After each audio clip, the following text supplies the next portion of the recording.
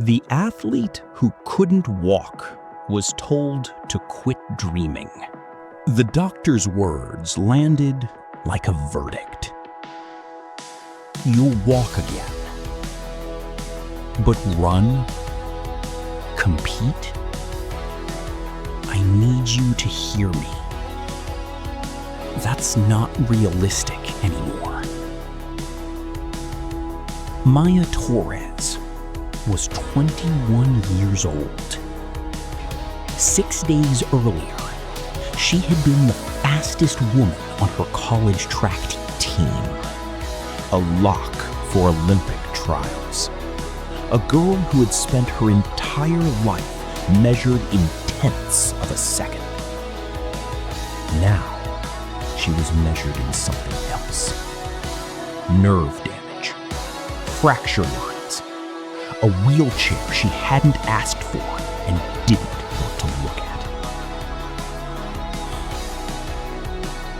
She stared at the ceiling of that hospital room and thought about the one thing no one tells you about disaster. It doesn't arrive with a warning. It arrives on a Tuesday. It arrives while you're still holding your dreams in your hands. 3 weeks before Olympic trials, Maya was driving home from a late training session. Rain. A red light someone else didn't see. Metal folding in on itself.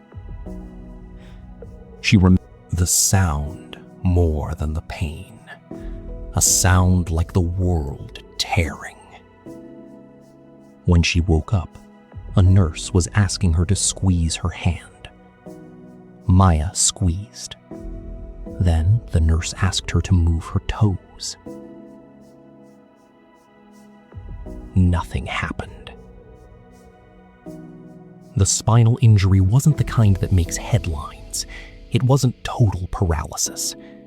It was worse in a way.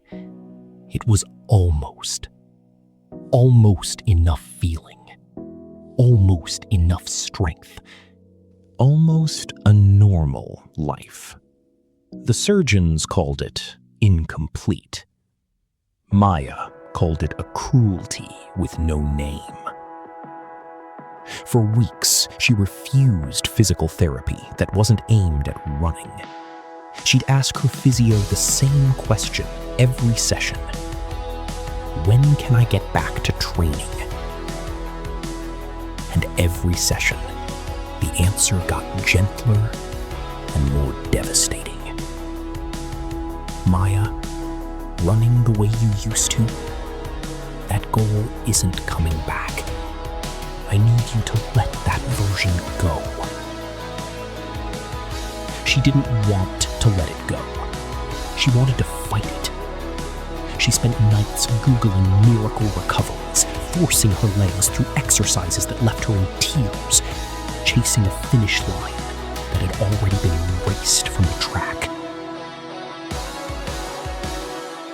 Grief doesn't announce itself either. It just sits in the room with you, disguised as stubbornness. It happened in a pool, not a track, not a stadium. A community pool with peeling paint and a lifeguard who didn't recognize her name. Her therapist had suggested water therapy, low impact, easier on the nerve damage. Maya went, resentfully, expecting nothing.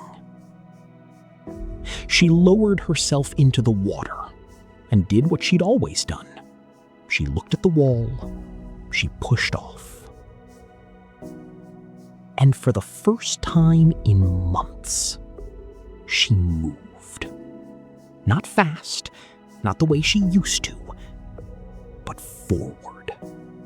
Her body doing something it hadn't done since the crash. Propel itself through resistance on its own terms.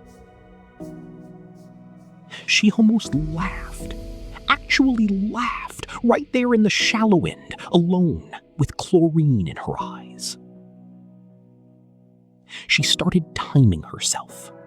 not to compare to her old numbers, not to chase trials, just to feel movement exist inside her again. That was the turning point. Quieter than any montage. Maya stopped asking, "How do I get my old life back?"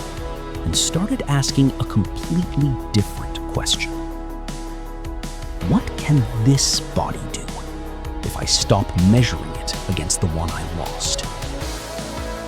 That single shift from mourning a life to building one is the hinge this whole story turns on. She wasn't chasing a comeback anymore.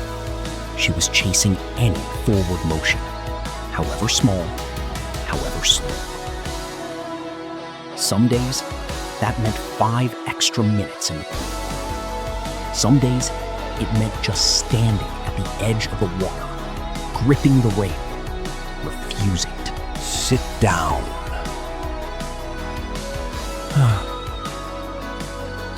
There were setbacks, nerve pain that put her back in bed for days. A specialist who told her flatly that para-athletics wasn't guaranteed either. She cried more in that first year than in her entire life before it. But she kept showing up to the water. Because forward motion, any forward motion, had become sacred to her. 18 months in, a coach at her rehab facility noticed her lap times.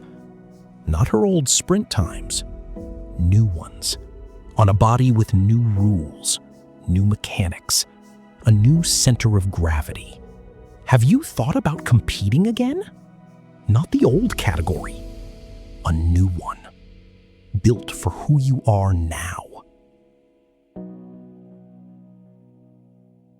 Maya almost said no, because saying yes meant admitting out loud that the girl who ran the 400 meters on a college track was gone, truly gone, not injured, gone. That admission was its own kind of grief, a second one, separate from the crash itself. But she said yes anyway. She trained for 8 more months in a discipline she'd never touched before, para-athletics, a category that didn't erase her injury, but was built around it. New technique, new coaches, new teammates who understood, without being told, what it costs to rebuild an identity from the ground up. 2 years, almost to the day, after doctors told her running wasn't realistic, Maya Torres stood at the starting line of the National Para-Athletics Championships. Not as a comeback story. Comebacks imply you get the old thing back. This was something else. This was a new athlete, forged in a body she once moved, standing at a start line that didn't exist for her 2 years earlier. The gun went off, and Maya Torres ran.